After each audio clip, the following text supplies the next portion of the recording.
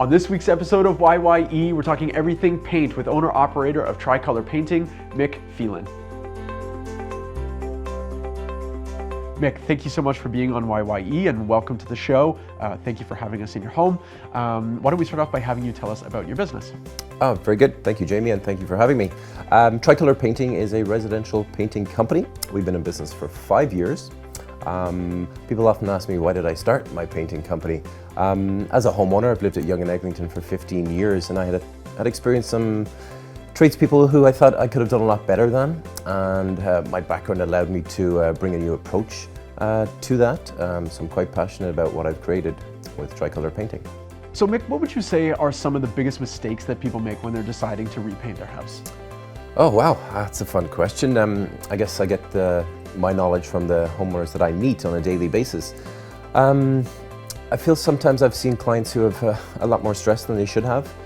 Where does that come from? Sometimes people decide to tackle projects on their own. And believe me, people can work in their homes and do quite fine work and everything can be okay, but the clients I've seen are regretful that they started the process, because it is a process. So specifically what I see is people who've taken, they're 4 weeks into their paint job and it's getting out of control. I hear these concerns. So ultimately I think it's important to know how big a job is before people try and take it on themselves. And then on the other side, people will come to me and they've brought in painting companies, sometimes based on cost, sometimes I'm not sure why, and there's been problems. Things have come to a head, people have walked off jobs, people have had negative experiences, and again, I'm just seeing the emotions from my customers, and they're totally negative emotions. So something I try and bring to the equation is my communication and the experience that I offer to my customer.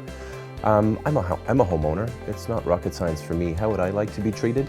And I have high levels of referrals and repeat business from my customers, so I know that I'm doing the right thing with them. Do you see anyone, I guess kind of commonly or regularly making mistakes with choosing certain colors in certain rooms, or too dark or too light, or?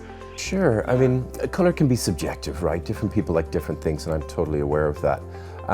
Mistakes that people make sometimes can be subtle mistakes. Sometimes they wanted more than what they're left with, and what I mean by that is maybe they choose an accent wall color and they think they want something to be bold, and then when it's up, it's not quite there and they're a little disappointed. And ultimately, I'm not happy until my customers are happy, so I take that on board, and we're not at a happy conclusion. So there's ways around that. I mean, I'm happy to consult on colors, but really I like to work with an interior designer. I have one on board. If that's not something a customer wants to do, I encourage them to speak to their network and get a second opinion. And on a very simple level, I would encourage people to buy samples, get them up on the wall, see them at nighttime, see them during the day, because their colors can be moody, we call them. They're moody, they change based on light. So really, people need to have a think about what they're planning before they pull the trigger. And on the subject of colors, what are some of the color trends that have just kind of come up? I know they tend to change from year to year, so what are the new color trends? Yeah, I mean, Benjamin Moore is a market leader, someone I use a lot of their materials. I feel like the color of the year can be a bit of a marketing push. It's something to get the industry talking, get people excited. Like, for example, this year's color is called Fresh Start, I believe. It's got a pink hue to it, so straight away that's not great for a lot of people. But I think I should talk about probably color trends and things that I've been seeing and we've been doing over the last couple of years. There's totally a big move for neutral, soft tones, so they can be whites or light grays. They're modern. In general, lighter colors make rooms look bigger.